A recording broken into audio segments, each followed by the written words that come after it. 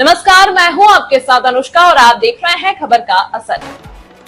मुजफ्फरनगर लोकसभा चुनाव में मुजफ्फरनगर भाजपा प्रत्याशी संजीव बालियान ने बताया कि अपनी हार का कारण मुस्लिम वोट का ध्रुवीकरण और हिंदू वोटों का बिखराव भी हार का मुख्य कारण माना है। प्रेस कॉन्फ्रेंस के दौरान मुजफ्फरनगर लोकसभा क्षेत्र के विकास कार्यों पर भी पूर्व सांसद संजीव बालियान ने चर्चा करते हुए बताया कि पिछली सरकार में मुजफ्फरनगर में एक ही परिवार सांसद, विधायक व जिला पंचायत हुआ करते थे। मुजफ्फरनगर जनपद में समाजवादी सरकार में बिजली मात्र कुछ घंटों के लिए आती थी। किसान दुखी था। आज किसान को किसान सम्मान निधि देने का काम भी इसी सरकार ने किया।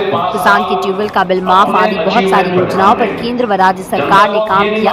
मैं चुनाव में हारा हूं, कहीं न कहीं मेरी कमी रही। मैं चुनाव हारा हूं, मैं अपनी कमी को स्वीकारता हूं और जो गलतियां हुई उनमें सुधार करूंगा। वहीं किसान नेता ठाकुर पूरन सिंह पर बोलते हुए कहा कि कोरोना काल के समय मेरे द्वारा ही उन्हें अस्पताल में भर्ती कराया गया था। किसान नेता ठाकुर पूरन सिंह ने चुनाव में मेरा विरोध कर मुझे इनाम दिया है। बताइए, आज प्रेस वार्ता की आपने। देखिए, 10 साल मुजफ्फरनगर की जनता ने मुझे सांसद के रूप में काम करने का अवसर दिया और कुछ बड़े काम इस 10 साल में मैं मुजफ्फरनगर जनपद में कर पाया। मुजफ्फरनगर की जनता के सुख दुख में हमेशा खड़ा रहा और मैं आज उन्हें 10 साल जो मुझे मौका दिया उसके लिए धन्यवाद करना चाहता हूँ। इस बार भी 4.5 लाख के करीब वोट मुजफ्फरनगर की जनता ने मुझे दिए।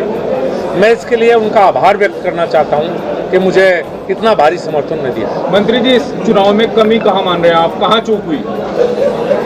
मैंने अभी बताया था, मुस्लिम मतों का ध्रुवीकरण और हिंदू जातियों में बिखराव। हिंदू की वोटिंग परसेंटेज कम और मुस्लिम की वोटिंग परसेंटेज ज़्यादा है। इस चुनाव में मुख्य रूप से हार का आधार रहा। मंत्री जी, आपकी पार्टी के पूर्व विधायक विक्रम सैनी ने जिला अध्यक्ष पर आरोप लगाया कि उनकी वजह से आप ये चुनाव आ रहे हैं। विक्रम सैनी और सुधीर सैनी दोनों ने मेरे चुनाव में दिल से मेहनत की है। आपस का इनका विवाद हो सकता है, मेरे चुनाव से लेकर कोई बात नहीं, दोनों में। मंत्री जी कह रहे हैं कि उनकी अनदेखी करी गई। अगर कार्यकर्ता ने बात की है तो मैं इसे स्वीकार कर लूंगा और सुधार करने का प्रयास। मंत्री, जिस तरह से आप विकास कर रहे थे, क्या विकास को रोक लगे, आगे बढ़ेगा विकास? हाँ, दिक्कतें तो चूंकि केंद्र में भारतीय जनता पार्टी की सरकार है, प्रदेश में भारतीय जनता पार्टी की सरकार है और हमारे जो नवनियुक्त सांसद है, जिन्हें मैं बधाई दूंगा सबसे पहले तो चुनाव जीतने की, उनका कभी फोकस विकास की तरफ नहीं रहा। वो थाने तहसील की राजनीति हमेशा ज़्यादा करते रहे और उसी पर शायद उनका फोकस रहा है। तो एक आपका विजन होना चाहिए, फोकस होना चाहिए। मैं तो उनसे अनुरोध करूंगा कि विकास की राजनीति की शुरुआत के जनता ने उनको मौका। मंत्री जी, नए सांसद को कोई आपकी सलाह, जो आप पायलट प्रोजेक्ट कोई बनाना चाहते हो, इस तरह का कोई विकास कार्य कराना चाहते हो? RRTS के बहुत नज़दीक हम हैं।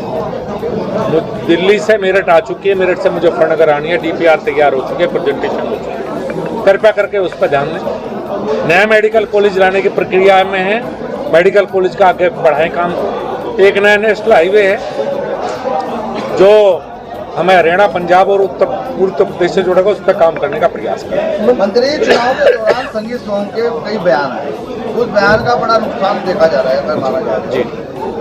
मुख्यमंत्री की रैली हुई है, रैली होने के बाद तुरंत बाद उनका बयान आता है, लेकिन ऊपरी तल पे मतलब माना जाए प्रदेश अध्यक्ष या कोई कार्रवाई नहीं की गई, जबकि इतने बयान अलग अलग बयान आए। हाँ, मैं उम्मीद करता हूँ कि कार्रवाई होनी चाहिए थी और आगे भी उम्मीद रखूंगा अपनी पार्टी से कि जो बिल्कुल खुले तौर पर जिन्हें समाजवादी पार्टी का चुनाव लड़ा और यहाँ बड़ी पोजीशन लिए हुए हैं और सरकारी सुविधाएं भी ले रहे हैं, तो कृपया करके पार्टी, मेरा निवेदन रहेगा, पार्टी इस पर शायद ध्यान देगी और कार्रवाई निश्चित। मंत्री जी, समाजवादी पार्टी के सांसद जीतने के बाद हिंदू महिला के साथ छेड़छाड़ी घटना बढ़ी है, एक वीडियो वायरल हुआ था जाटकी वाली, क्या कहेंगे आप? कुछ लोगों को गलतफहमी हो गई थी कि सांसद बन गए तो बहुत बड़े बन गए।